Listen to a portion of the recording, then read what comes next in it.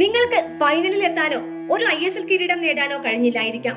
എന്നാൽ നിങ്ങൾ ജംഷഡ്പൂരിനെ എത്തിച്ച പൊസിഷൻ അതിനൊരു കിരീടത്തോളം തിളക്കമുണ്ട്. 2023-24 സീസൺ അവസാനിക്കുമ്പോൾ ജംഷഡ്പൂരിന്റെ സ്ഥാനം 12-ൽ 11 ആയിരുന്നു. അതിന് മുൻ സീസണിൽ 10-മതും.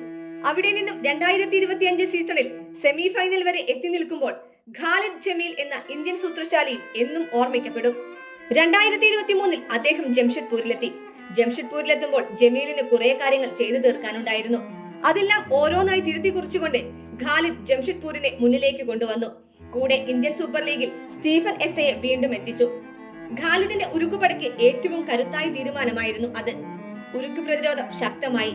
അതോടൊപ്പം പല മത്സരങ്ങളിലും ഗോൾ നേടി ജംഷഡ്പൂരിനെ രക്ഷിക്കാനും എസ്സയ്ക്ക് കഴിഞ്ഞു. 2025-ൽ 24 മത്സരങ്ങളിൽ 12 ജയവും 2 സമനിലയും 10 തോൽവിയുമായി 5-ാം സ്ഥാനക്കാരായാണ് പ്ലേ ഓഫിൽ എത്തിയത്.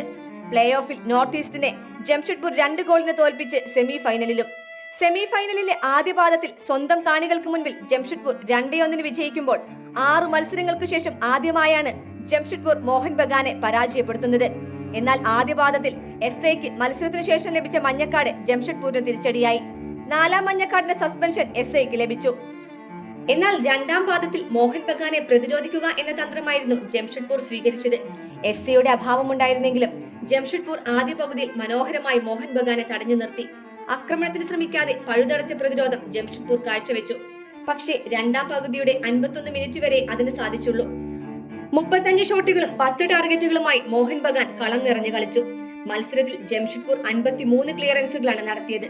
51-ാം മിനിറ്റിൽ കിട്ടിയ പെനാൽറ്റി കമ്മിൻസ് ഗോളാക്കുമ്പോൾ അഗ്രിഗേറ്റ് 2-2 സമനിലയിലായിരുന്നു. മത്സരം അധിക സമയം കടക്കുമെന്ന് തോന്നിച്ചെങ്കിലും അതിന് മോഹൻ ബഗാൻ തയ്യാറായിരുന്നില്ല. അവസാന മിനിറ്റുകളിൽ നടത്തിയ ആക്രമണങ്ങൾ വീണ്ടും ഫലം കണ്ടു. 5 മിനിറ്റിന്റെ ഇഞ്ചുറി ടൈമിൽ 4-ാം മിനിറ്റിൽ അപ്പൂയയുടെ ഗോൾ ജംഷഡ്പൂരിനെ തകർത്തു കളഞ്ഞു. അഗ്രിഗേറ്റ് സ്കോറിൽ 3-2 വിജയം മോഹൻ ബഗാൻ സ്വന്തമാക്കുമ്പോൾ ജംഷഡ്പൂരിന്റെ ISL കിരീട സ്വപ്നങ്ങൾ എല്ലാം തകർന്ന് തരിപ്പണമായിരുന്നു. എന്നിരുന്നാലും ജംഷഡ്പൂരിന്റെ ഈ മുന്നേറ്റം ഇന്ത്യൻ ഫുട്ബോൾ ആരാധകർ ഒരിക്കലും മറക്കില്ല. ഇനി 12-ാം തീയതി നടക്കുന്ന ISLന്റെ അവസാന പരീക്ഷയിൽ ആര് കിരീടം ചൂടുമെന്നറിയാം.